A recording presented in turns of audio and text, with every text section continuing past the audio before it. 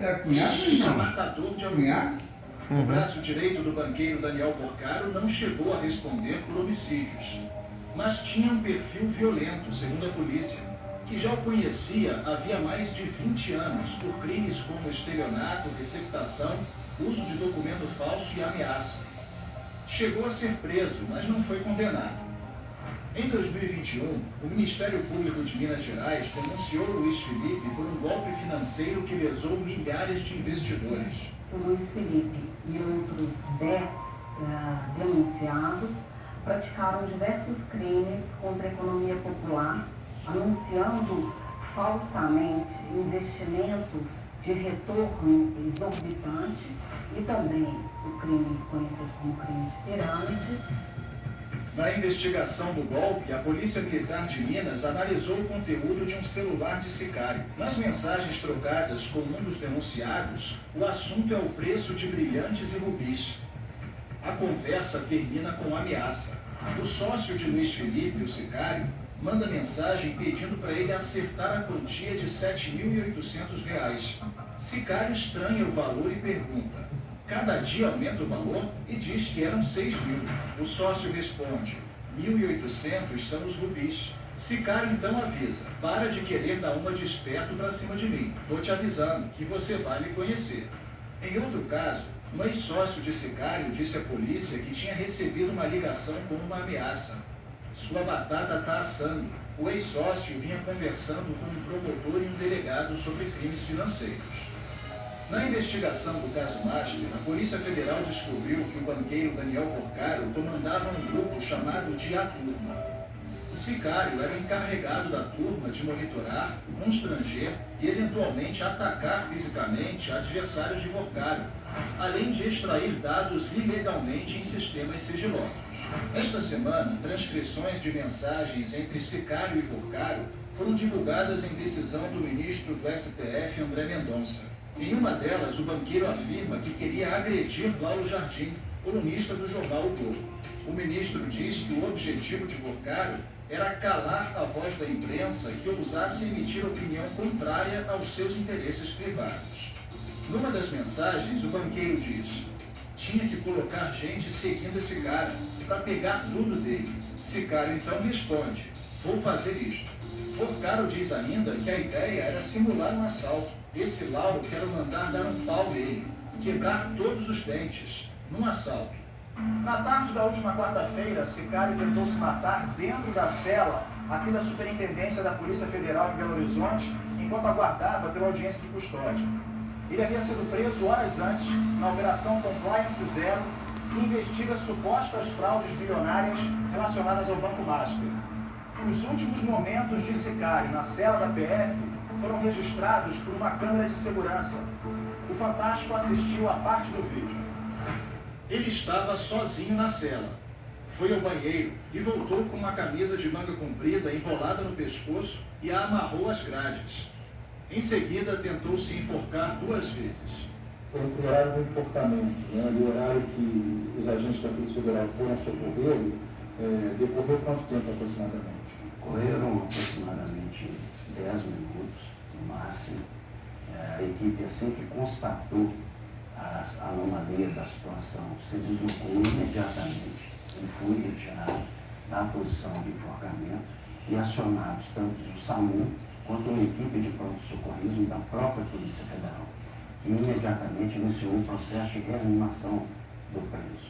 Conseguimos estabilizá-lo até a chegada da equipe do SAMU e, a partir daí, passamos aos cuidados da equipe de saúde do SAMU de Minas Gerais. Circuito interno, ficando os plantonistas 24 horas observando o monitor, como é que funciona isso? As imagens ficam acessíveis aos plantonistas. Eles têm outras atribuições, além de monitorar exclusivamente as imagens do circuito interno. Agora, eu te garanto que, nesse caso especificamente, nossa equipe de plantão foi extremamente diligente. Já houve algum avanço no inquérito? Algumas pessoas já foram ouvidas? Imediatamente foram colhidos depoimentos de várias pessoas e a investigação encontra-se em andamento. Sicário foi levado para o Hospital Estadual João 23. Depois de 2 dias internado na UTI, Sicário teve morte cerebral nesta sexta-feira. Preso na mesma operação que prendeu Luiz Felipe Mourão, Forcaro tem contatos nos altos escalões do poder. Em 2024, ele se reuniu uma vez com o presidente Lula, num encontro que teve outros participantes.